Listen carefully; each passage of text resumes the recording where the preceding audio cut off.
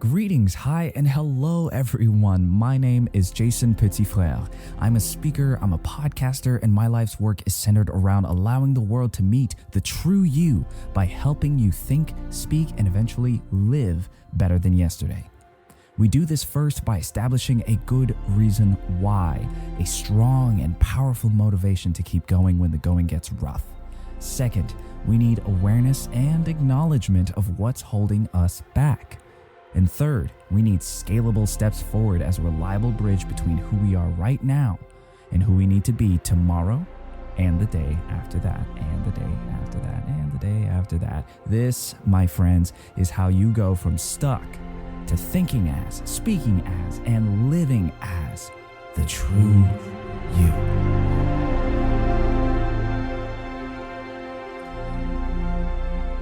Greetings, hi, and hello, everyone. My name is Jason, and thank you so very much for joining me on yet another episode of the TRU-U podcast. Today, I hope to, I think I have a habit of saying I'm going to keep it nice and simple, or short and simple, or whatever and simple, but it doesn't always turn out to be short, or sometimes even simple. So this time, I'm just going to keep it real. I'm just going to tell you what is on my mind. And what's on my mind right now is simply encouragement. So I want to speak directly to those of you that you know you've got something to do and you don't want to do it. You don't feel like doing it. Or you failed at a task and you dread having to face it again. If you have to face it again, but you dread the having to face it again. I'm talking to y'all. Those of us that are just tired of, coming up short. You know that you're either going to have to try again or just continue on knowing that you've accepted defeat in this particular area that you shouldn't have backed down from. Don't get me wrong. There are some places where we're just not meant to be there, where success just isn't written in the stars proverbially for us in a particular industry or career, and that's just not what we're called to. Therefore, walking away from those is good once you know that that is the case,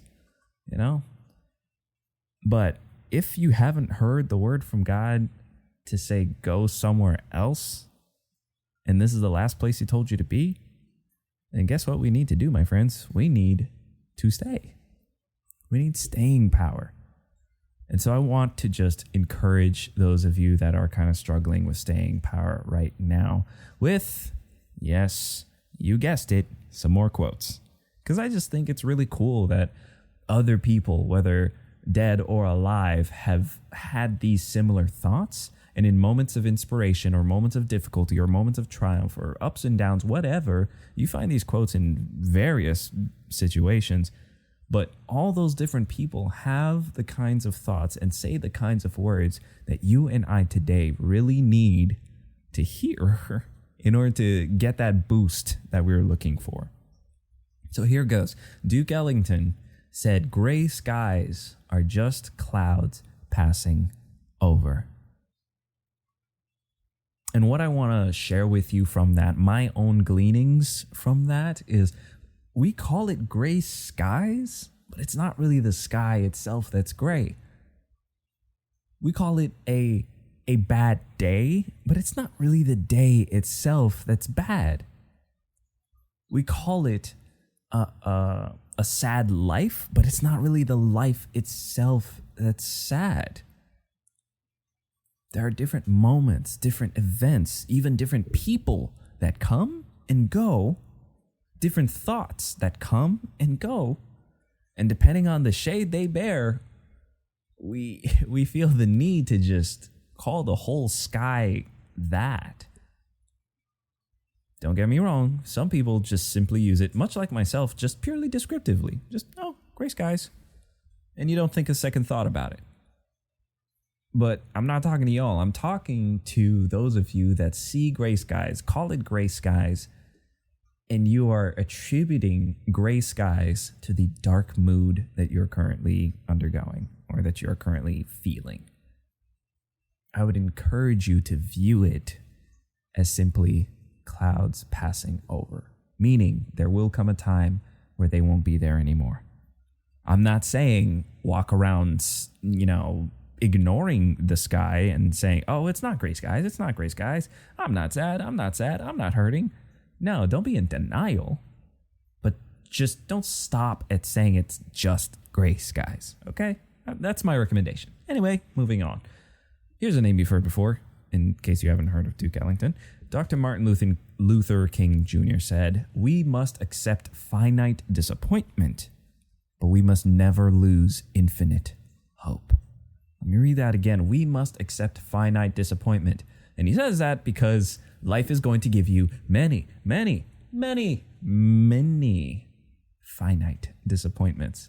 It's going to give you many disappointments, but it's up to you to determine and to realize and to come upon the epiphany, and to decide that these disappointments, each and every disappointment that life gives you, is finite.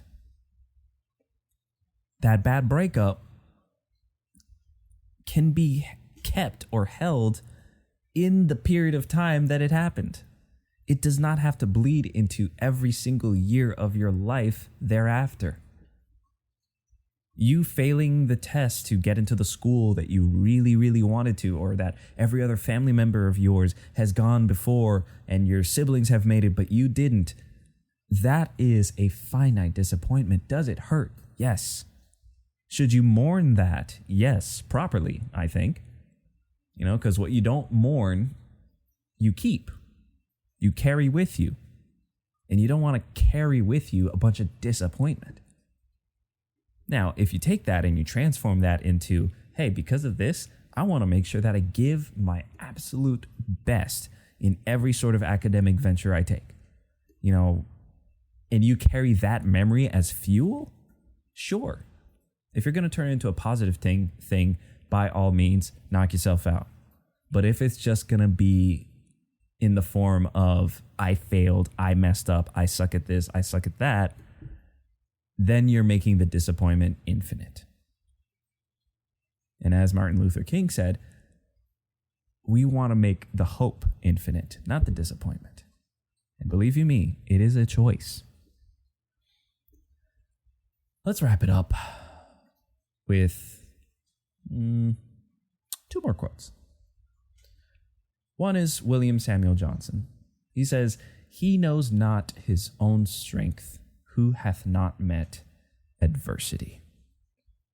I think that's pretty darn straightforward. It basically means you really don't know what you're capable of until you've seen some stuff. You really don't know how strong or weak you are until you've been through a storm or two. Because then those will actually test you. And then it is in the testing that we discover our limits. And also within those very same tests that we can discover sometimes how what's the word I'm looking for? Give me a second.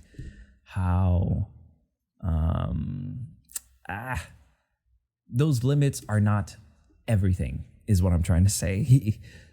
Somebody listening right now is thinking of the word, and I hope, I wish I could think of it myself, but it's not the end all be all, those limits, right? Because you can break them. You can go past them. You can discover that, hey, up to this point, I can handle it. But past this point, I can't do that. But then, after a couple different times of getting close to that point, you find that you actually have capacity for a little more. This is made most evident in the gym, or in any sort of physical sport or physical exertion, or, down to a farmer, tilling his own field or taking care of his crops or his animals. Sometimes growing up in that as a kid, you might think, oh, I can only do so much. I can't do any more. I can't lift any more hay bales. I can't lift any more buckets to go feed the pigs or feed the cows or whatever. But then you discover, after a couple of years of doing this, you can go on and on and on and on. And you got that farmer strength, boy. Like, it's...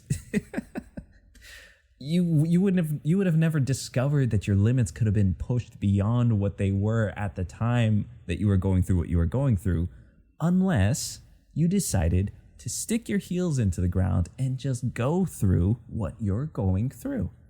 I do hope that makes sense. I won't, belabor the point any further. Lastly, let's wrap it up with a legend. Nelson Mandela. The greatest glory in living lies. I read that wrong. Let me try that again. The greatest glory in living lies not in never failing, but in rising every time we fall or fail. So I read that wrong again. Let me try one last time. I'll get it on the third time. Here we go. The greatest glory in living lies not in never failing, but in rising every time we fail. That is the greatest glory, and I couldn't agree more. So I'll end with this. You are not perfect. I think you know this. I am not perfect. I can guarantee you, I know that. Painfully aware. But our glory, the glory we can achieve as fallible human beings, is not in being perfect, i.e., never failing. The glory we can reach is the fact that we can get up and try again. Is the fact that we can rise again every time we are cast down, that we are pushed down, that we are held down, or that we fall. You don't have to stay down. And much like Les Brown has said, if you fall, if life knocks you down, land on your back, because if you can look up, you can get up. I love that saying. It's a beautiful saying. It's a beautiful phrase. So, coin that. Use that for yourself. Encourage yourself in the Lord. It's a great place to do that. I need some myself. Going through some things, people. I'm going through it. But I am acutely aware that I have so much to be grateful for. I have a roof over my head. If you've been following my podcast for long enough, you know that this roof and the four walls underneath this roof has been, forgive my sake, but it's been a pain in my ass. It has for so long and in so many ways. But it's a pain in the ass that I'm grateful for. And sometimes, guess what? Here's the major revelation for the religious Christians out there. God can handle me saying that. Because my posture right now is genuinely to say thank you for this house. Because I could be in a much worse situation than I am. But I'm not. Does this house take a lot of work? Yes. Has this house had mold that has made my wife and I sicker than we need to be? Yes. Have I had to spend hours upon hours doing a simple thing that a plumber could do in minutes because it's my first time learning it, but we don't have the money to hire a plumber and do everything else that we need to do, so I've had to learn to do it myself? Yes, all of that is true. But with this mindset, I'm becoming better for it. And I'm grateful because of it. So it's not about how many times this house and its situation and its complications knock me down. It's about how many times I get back up anyway. So I hope, once again, that this entire message has been an encouragement to you. I hope that you will hear what I'm saying, feel the energy that I'm exuding through my voice and through my through this thing you're listening to, through this podcast. Take it, absorb it, internalize it, and then fight back your own negative thoughts with a stick. Keep them at arm's length because they serve you not. But any thought that tells you, you are better than this, you are stronger than you think, you are worth more than they tell you you are, you are capable of great things. Any thoughts that sound like that, boy, like girl, hold on to that. Take hold of it, clasp it, grasp it. Don't let go. It's time to get up and try again. Just try again one more time. And it's okay if you fail. Prepare for the worst. If you fail, remember, tell yourself, it's okay to fail. I am learning. Prepare for the worst, but expect the the best. Don't sit around expecting to fail. One of my favorite quotes from my dad: expect the best and prepare for the worst. That is being wise with your expectations. That is being wise with your mental energy. I could turn that into a whole different thing, but that's it. All right, you got what you came here for. Get out of here. Go have a great week. Be blessed. Take care of yourself. Drink some water. Make sure to, eat organic fruits and vegetables if your life situation allows you to afford that, because we want you guys taking care of your bodies, okay? All right, that's just a little wishing well wishes from me to you. All right, but at the very least, drink some water. Take care of yourself. All right, yeah. Thanks for listening.